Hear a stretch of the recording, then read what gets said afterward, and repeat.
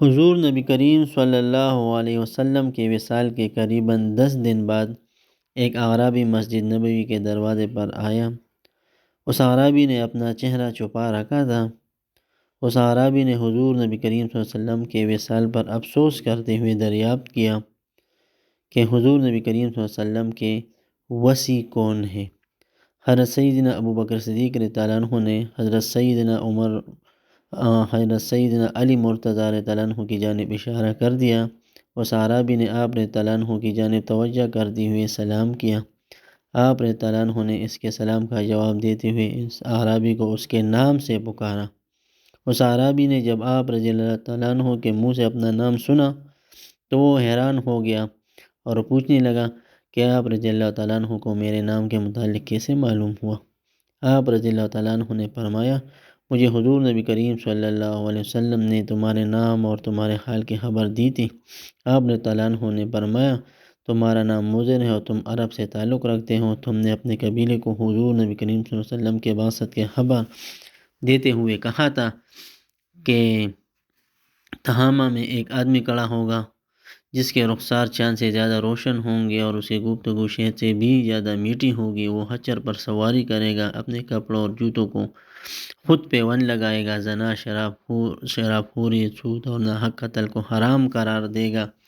وہ خاتم الانبیاء ہوگا اور وہ رمضان المبارک کے روزے رکھنے والا ہوگا، بیت اللہ شریف کا حج کرے گا، نماز پنجگانہ ادا کرے گا۔ ایک گروہ اس پر ایمان لے اور اس کی تصدیق کرو۔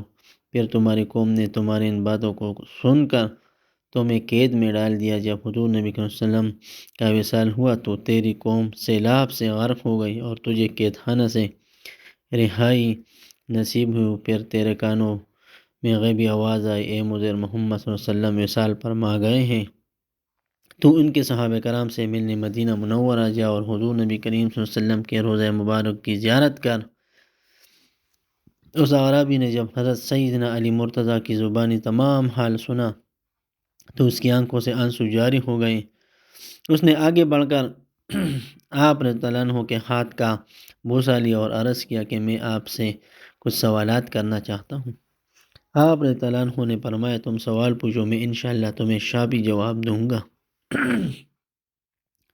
اس اعرابی نے پہلا سوال پوچھا کہ وہ کون سا نر ہے جس کا باپ اور ماں نہیں ہے؟ حضرت سیدنا علی مرتضیٰ رضی اللہ عنہ نے فرمایا، وہ حضرت آدم علیہ السلام ہے۔ اس اعرابی نے پھر پوچھا، وہ کون سی مادہ ہے جو بغیر ماں باپ کے پیدا ہوئی؟ آپ رضی اللہ تعالیٰ عنہ نے پھر فرمایا، وہ حضرت حوا علیہ السلام ہے۔ اس اعرابی نے پوچھا کہ وہ کون سا نر ہے جو بغیر نر کے پیدا ہوا؟ آپ رضی اللہ تعالیٰ عنہ نے فرمایا، وہ حضرت عیسیٰ علیہ السلام ہے۔ اس اعرابی نے پوچھا کہ وہ کون سی قبر ہے جس نے صاحب قبر کو سیر کروائی؟ آپ رضی اللہ عنہ نے فرمایا، وہ مچھلی جس کے پیٹ میں حضرت یونس علیہ السلام رہے اور وہ انہیں 3 دن کے لیے پھرتے رہے۔ اس اعرابی نے پوچھا، وہ کون سا جسم ہے جس نے ایک بار کھایا مگر دوبارہ نہیں کھایا؟ آپ رضی اللہ عنہ نے فرمایا، وہ حضرت موسیٰ علیہ السلام کا عصا ہے جس نے سانپ بن کر فرعون کے جادوگروں کے جادو کو ہضم کیا۔ اس اعرابی نے پوچھا کہ وہ زمین کا کون سا حصہ ہے جہاں ایک مرتبہ سورج کی کرنیں پڑیں؟ آپ رضی اللہ عنہ نے فرمایا، دریا نیل کی وہ سطح جو حضرت موسیٰ علیہ السلام کے عصا سے ظاہر ہوئی۔ اس اعرابی نے پوچھا، وہ کون سا پتھر ہے جس سے جاندار پیدا ہوا؟ آپ رضی اللہ تعالیٰ عنہ نے فرمایا، حضرت صالح علیہ السلام کی اونٹنی۔ اس اعرابی نے پوچھا، وہ کون سی عورت ہے جس نے 3 ساتھ میں بچہ پیدا کیا؟ آپ رضی اللہ عنہ نے فرمایا، حضرت مریم علیہ السلام ہے۔ اس اعرابی نے پوچھا کہ وہ کون سے 2 دوست ہیں جو دشمن نہیں ہوتے؟ آپ رضی اللہ عنہ نے فرمایا، جسم اور جان۔ اس اعرابی نے پوچھا کہ وہ کون سے 2 دشمن ہیں جو کبھی دوست نہیں ہوتے؟ آپ رضی اللہ عنہ نے فرمایا، زندگی اور موت۔ اس اعرابی نے پوچھا کہ شے کیا ہے اور لا شے کیا ہے؟ آپ رضی اللہ عنہ نے فرمایا، شے مومن ہے اور لا شے کافر ہے۔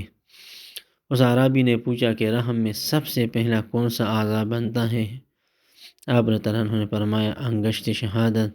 اس اعرابی نے پوچھا کہ قبر میں سب سے آخر میں کون سی چیز مٹی ہوتی ہے؟